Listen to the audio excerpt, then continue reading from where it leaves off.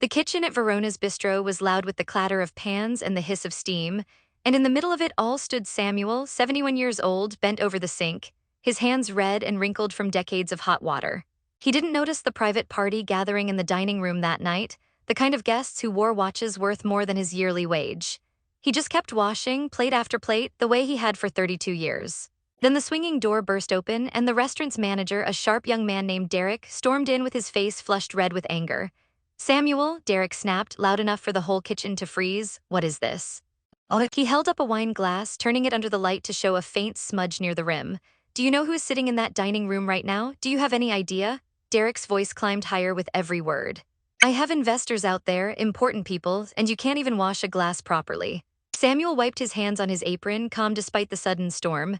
"I'm sorry, sir, I'll rewash the whole set right now." "You'll do more than that," Derek said, stepping closer, his voice dropping into something colder and crueler. "Honestly, I don't know why we still keep you around. You're slow, you're old, your hands shake half the time." "This isn't a charity kitchen, Samuel, this is a business." The rest of the kitchen staff went silent, eyes down, pretending to be busy with their own stations. Nobody wanted to be the next target. "I work hard, Derek," Samuel said quietly, his voice steady but tired. "I always have." "Hard work isn't the same as good work," Derek shot back. "Maybe it's time you retired, really retired. Before you embarrass this restaurant in front of someone who actually matters." He turned to walk away, then paused, looking back over his shoulder with a smirk that would soon cost him everything. "Get it right this time," Derek said. "Or don't bother coming back tomorrow." The kitchen door swung shut behind him, and for a moment nobody moved. Samuel stood there, his old hands trembling slightly now, not from age, but from humiliation, 32 years of loyalty reduced to a single smudge on a wine glass. He picked the glass back up, turned toward the sink, and began washing it again, slow, careful, silent. None of them knew that in less than 20 minutes, the owner of Verona's bistro himself would walk into that kitchen, take one look at Samuel, and call him something none of them ever expected to hear.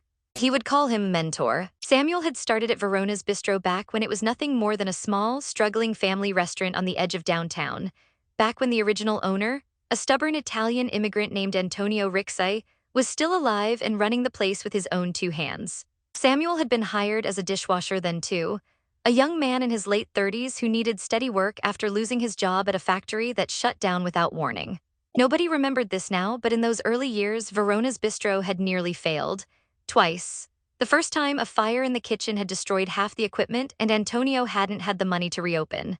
It was Samuel, quiet, unassuming Samuel, who had offered him what little savings he had, a few $1,000s he'd been putting aside his entire life, just so the restaurant could buy new equipment and stay open.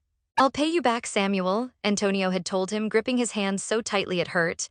"I promise you one day I'll pay you back." Samuel had never asked for interest, never asked for a share of the business. He just wanted to see the little restaurant survive, because by then it had become more than a job to him. It had become a kind of home. The second time the restaurant nearly failed was quieter but just as dangerous. A slow year, a difficult economy, bills piling up faster than customers coming in. It was Samuel who noticed Antonio staying later and later every night, staring at ledgers with a face gray from worry. It was Samuel who sat with him after closing, night after night, not saying much, just being present, the way an old friend does when words aren't enough. "You've got something in you, old man," Antonio told him one of those nights, half joking, half serious. "Some kind of patience I don't have. You ever think of running a place like this yourself?" Samuel had laughed it off. "I like the water and the suds, Antonio, leave the big decisions to you." But over the years, Antonio kept asking his opinion anyway, on menus, on staff, on decisions that had nothing to do with washing dishes at all. And slowly, without either of them quite realizing it, Samuel became something more than an employee. He became the quiet backbone the entire restaurant leaned on without ever announcing it out loud. When Antonio passed away 8 years ago, his son, a young man named Marco who had grown up watching Samuel from a distance, inherited the restaurant. Marco had been overseas for years, building a completely different career, largely unaware of just how deep his father's bond with the old dishwasher truly ran. He kept the business running from afar, trusting a series of managers to handle the daily operations, checking in only a few times a year.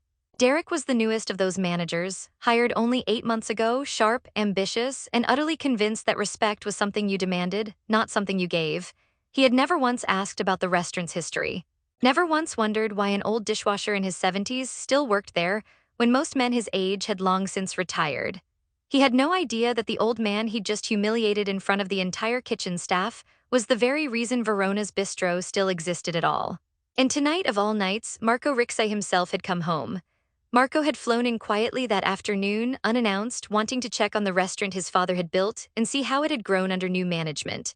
He'd slipped into the private dining room just as the investor dinner was getting underway, blending into the background, watching the flow of service with a careful, appraising eye. He noticed the wine glasses first, perfectly polished, catching the light beautifully. He noticed the smooth, practiced way the waitstaff moved between tables. Everything on the surface seemed to be running well. It was only when he stepped toward the kitchen, curious to see how the back of house was holding up under pressure, that he heard Derek's raised voice through the swinging door, sharp and cutting, humiliating someone in front of an entire staff. Marco paused just outside, his hand resting on the door, listening. "This isn't a charity kitchen, Samuel, this is a business." Marco's stomach turned to ice. I knew that name. He had grown up hearing that name at his family's dinner table, spoken with more respect than almost anyone else his father had ever known. He pushed the door open just as Derek was walking away with that same smug smirk, and their eyes met for a brief, confused second before Derek quickly composed himself. "Mr. Rixai," Derek said, startled, straightening his tie, "I didn't realize you were in the building tonight." "Clearly," Marco said quietly, his eyes moving past Derek toward the sink in the back corner where Samuel stood, old and tired, carefully rewashing a wine glass with hands that had spent over 3 decades keeping this restaurant alive. Marco walked past Derek without another word and crossed the kitchen floor, the sound of his shoes suddenly the only noise in the room. The rest of the staff watched, frozen, unsure what was happening, but sensing somehow that something important was about to unfold. Samuel looked up as Marco approached, and for a moment his tired eyes widened in recognition. "Marco," he said softly, almost in disbelief, "is that really you, son?" "It's me, Samuel," Marco said, his voice thick with emotion he hadn't expected to feel so suddenly. "It's really me." He reached out and took the old man's damp, soapy hand in both of his, the way you might greet someone who had once meant more to your family than almost anyone else in the world. "Look at you," Samuel said, smiling despite the humiliation still burning quietly beneath his skin. "All grown up, your father would be so proud." "He would be furious," Marco said, glancing back at Derek, whose confident posture had begun to crumble under the weight of dawning realization. "If he saw how you were just spoken to in his kitchen." Derek's face went pale. "Sir, I mean there was a wine glass, it had a smudge, and I was simply trying to maintain our standards for the investors tonight." "Do you know who this man is?" Marco asked, his voice calm but carrying an unmistakable weight, the kind that silenced an entire room without needing to be raised. He's a dishwasher, sir," Derek stammered. "He's worked here a long time, I believe." "He's the reason this restaurant still exists," Marco said, cutting him off. "When my father's kitchen burned down and he had no money to reopen, Samuel gave him his own savings, every dollar he had, just so this place could survive. When the business nearly collapsed a second time, it was Samuel who sat with my father night after night, helping him think through decisions that kept the doors open. My father used to say Samuel had more business sense in his little finger than half the consultants he ever hired." The kitchen was completely silent now, every staff member staring at Samuel with an entirely different kind of respect than they had a moment ago. "He turned down a partnership in this restaurant," Marco continued, his voice growing quieter, more reflective. "My father offered him a share of the business twice, and both times Samuel said no. He said he didn't want ownership. He just wanted to see the place succeed. He said washing dishes gave him peace, and peace was worth more to him than money." Marco turned to face Derek fully now, his expression hardening. "And you called him a charity case," Marco said. "You told him to consider retiring because he embarrassed you in front of investors." "Sir, I had no way of knowing," Derek started. "That's exactly the problem," Marco interrupted, his voice sharp now. "You didn't need to know his history to treat him with basic respect. You saw an old man who moved a little slower than you'd like, and you decided that meant he didn't matter. That's not a mistake about information, Derek. That's a mistake about character." Derek opened his mouth to respond, but nothing came out. The confidence that had filled him just 20 minutes earlier had completely drained away, leaving behind only the pale, stammering shell of a man realizing exactly how badly he had misjudged the room. Marco turned back to Samuel, his expression softening completely. "I'm sorry," he said quietly. "I'm sorry this happened to you in my father's kitchen under my ownership. You deserved so much better than this." Samuel shook his head slowly, his old eyes glistening. "It's all right, son. I've had worse days. Compared to some, this was nothing." "It's not all right," Marco said firmly, "not to me." He turned to address the entire kitchen staff now, his voice carrying clearly through the silent room. "I want every one of you to understand something," Marco said. "This man, Samuel, is not just an employee here. He is the reason any of us have jobs at all.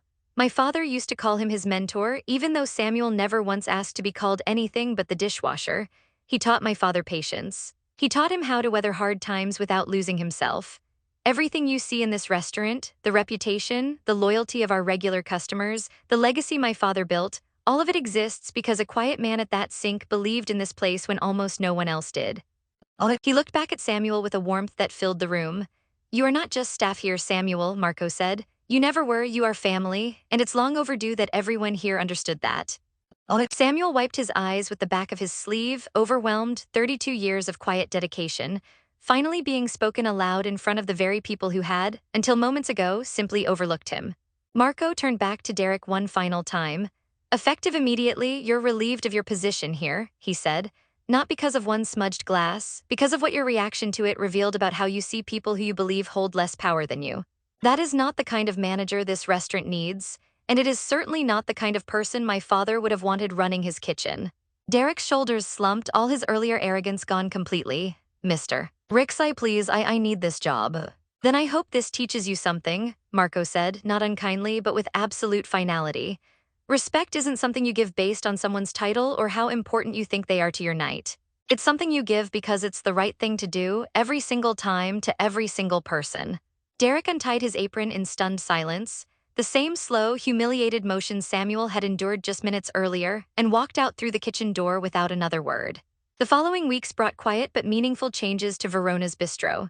Marco extended his stay far longer than he'd originally planned, spending long afternoons in the kitchen simply talking with Samuel, asking about the old days, about his father, about the countless small decisions that had shaped the restaurant into what it had become. He learned things about his father he had never known: quiet sacrifices, late-night conversations, moments of doubt that Samuel had helped carry him through. Marco offered Samuel a management position, an office, a title with real authority attached to it. Samuel gently declined, just as he always had. "I appreciate it truly," Samuel told him one evening, drying his hands after another long shift, "but I've never needed a title to know my worth here. I know what I built. I know what I gave, that's enough for me." Instead, Marco created something new, a position that had never existed at Verona's Bistro before. He named Samuel the restaurant's official mentor, tasked with training every new employee who walked through the doors, not just in kitchen duties, but in the values that had built the place from nothing. His wage was raised substantially, his hours were reduced so his aging body could rest more, and a small plaque was placed near the kitchen entrance, visible to every staff member who passed through it each day. It read simply, "In honor of Samuel, whose quiet dedication built this house. Treat every person who walks through this door, staff or guest, the way you would treat family." Samuel still washed dishes most nights, not because he had to, but because, as he often said, the warm water and the quiet rhythm of the work still brought him peace after all these years. But now new employees stopped by his station often, not to hand him more work, but to listen, to learn, to understand the kind of quiet integrity that had kept a small family restaurant alive through fires and failures and everything in between. It's easy to walk past the people who move a little slower, who hold the least visible jobs, who seem, on the surface, to matter the least to the success of any place. But sometimes, the person standing quietly at the sink, unnoticed and unthanked, is the very reason the whole building is still standing at all. Dignity was never about the title on someone's name tag. It was always about the weight of what they carried silently for years, without ever once asking to be seen. If this story touched you, don't scroll past it without hitting subscribe, because there are so many more stories like Samuel's still waiting to be told, stories about the quiet people we overlook and the debts of gratitude that are never truly forgotten. See you in the next story. Forgotten. See you in the next story.